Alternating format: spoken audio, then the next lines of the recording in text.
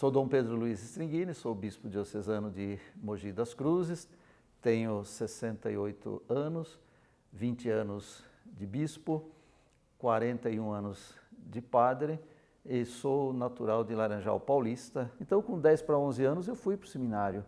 Mas essa irmã Luísa, até há 2 anos, ela estava ainda viva em Jundiaí.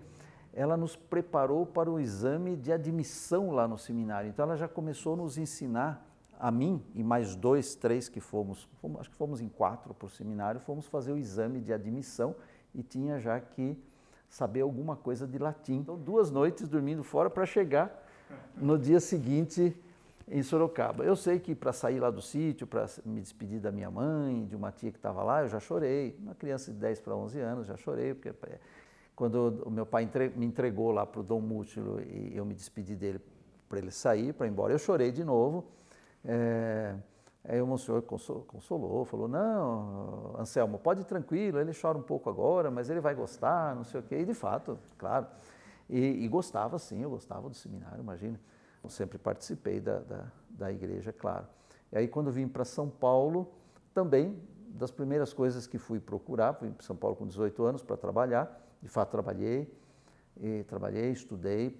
Aí eu fazia o curso de letras. Eu não fiz filosofia porque não estava no seminário, eu vim para fazer o curso de letras e trabalhar. E eu trabalhei, eu tive alguns serviços, mas o que mais eu trabalhei foi de revisor no jornal Estado de São Paulo. Naquele tempo tinha revisor ainda de modo muito rudimentar, a gente corrigia com caneta, né, marcava. Hoje é tudo computador, né?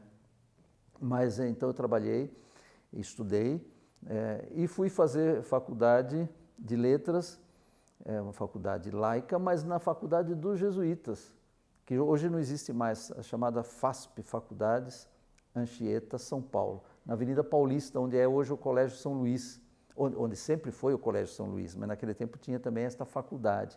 Eu fiz essa faculdade, imagine, um leigo, fazendo um curso leigo, mas era com jesuítas e um professor notável que tinha lá, que era Padre Mendes. Esse Padre Mendes depois se tornou Dom Luciano Mendes de Almeida. E por coincidência, depois ele foi meu bispo lá na região Belém de São Paulo, foi quem me ordenou diácono. Mas nessa época não, nessa época ele era Padre Mendes, era um dos professores lá, mas ele era conhecido porque era um professor brilhante, e era já conhecido pela bondade dele, de atender todo mundo, atendia os alunos. E depois a gente soube que ele atendia pobres também, como ele fez sempre como padre e como bispo até morrer, Dom Luciano Mendes de Almeida. Aliás, Dom Luciano morreu no dia 27 de agosto, que é o mesmo dia que tinha morrido, anos atrás, Dom Helder, e que é o mesmo dia que depois morreu, anos à frente, Dom José Maria Pires. Então, os 3 morreram no dia 27 de agosto, que é dia de Santa Mônica. E viveram quase todos eles, os 3, a mesma espiritualidade, né? Dos pobres. Da opção pelos pobres, exatamente, os 3 profetas, vamos dizer, da nossa igreja. Bem, então um pouquinho isso. Bom, aí, como eu disse, aí eu já não estava mais no seminário, mas eu nunca me afastei da igreja, sempre estive muito ligado e participando da igreja. E quando eu vim então para São Paulo, estudei nesta faculdade e o meu pároco foi Padre Celso Pedro da Silva, cônego Celso Pedro da Silva de São Paulo, que era um padre muito ligado com Dom Paulo Evaristo Arnes. Então já naquela época, como jovem, eu conheci Dom Paulo. E era o tempo da ditadura, 1972, 73, 74. Eram tempos difíceis e já comecei a entender o que era, sobretudo na vida da igreja, a gente começou a entender o que era ditadura militar, o que era... e no Estadão, eu trabalhava no Estadão, comecei a entender o que era censura, porque o Estadão era censurado. A gente lia a matéria que depois no outro dia não saía poema de Camões, né, no lugar da matéria. E a gente sabia que no lugar da matéria, do poema seria uma matéria que foi censurada. Mas em todo caso, nessa época, Dom Paulo Evaristo Arnes fez um projeto missionário no Amazonas, prelazia de Itacoatiara, lá no Amazonas.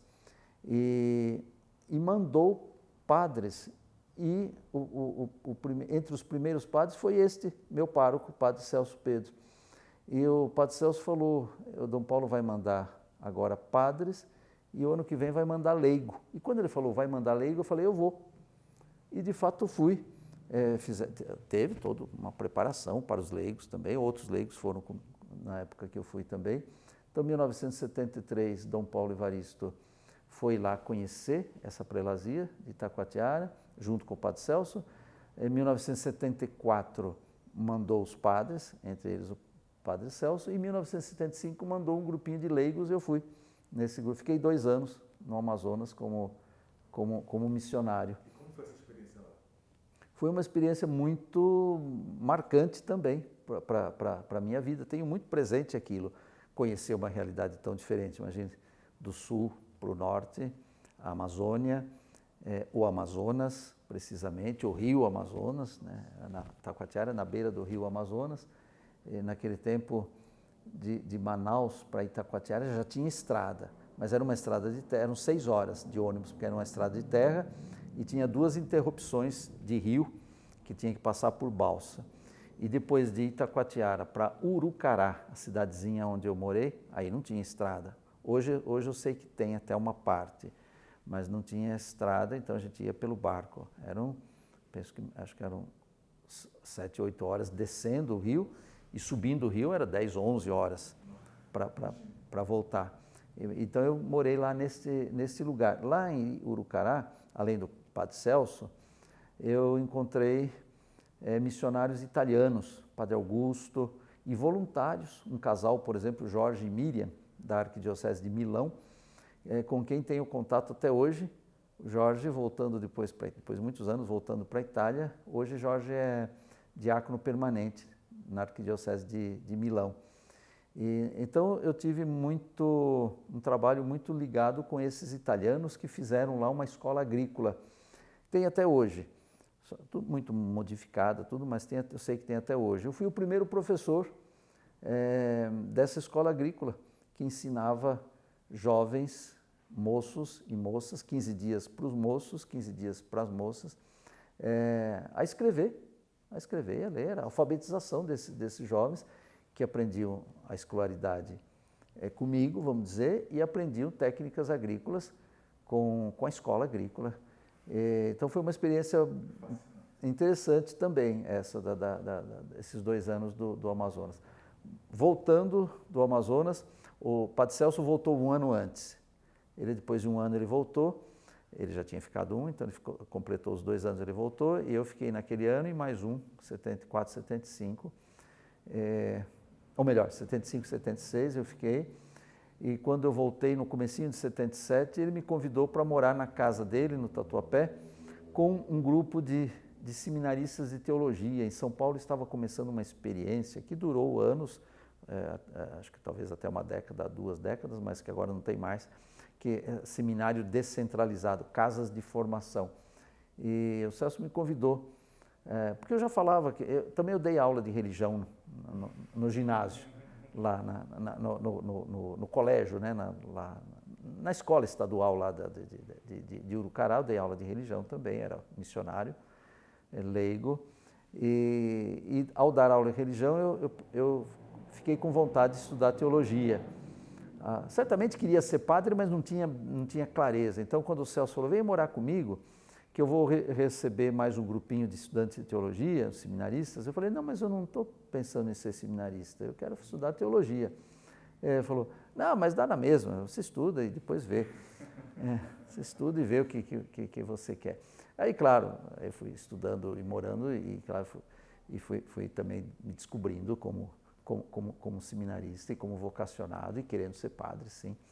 E aí que eu fiz a teologia, por isso eu tenho uma defasagem de filosofia. Eu nunca fiz o curso, eu estudei sim, porque a gente fazia complementação disso, daquilo, mas eu nunca fiz o curso regular de filosofia, isso que eu exijo hoje para os seminaristas que estudam filosofia e depois façam a teologia, mas eu mesmo fiz letras.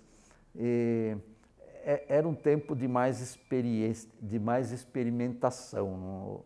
Hoje acho que a gente hoje acho que a gente voltou na igreja a uma regularidade daquilo que é a formação, daquilo que é a vida da igreja. Mas o concílio trouxe uma ebulição e trouxe também um pouco esse ideal de experimentação pastoral.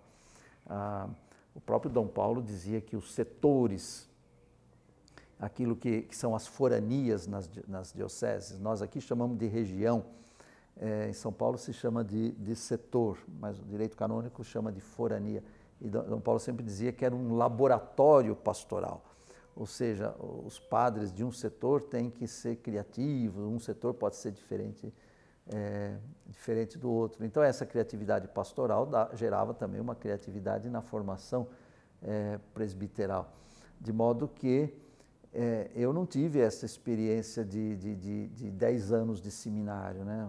Propedêutico, filosofia e teologia, uma coisa que muitos seminaristas tiveram regularmente. Eu não tive esta experiência.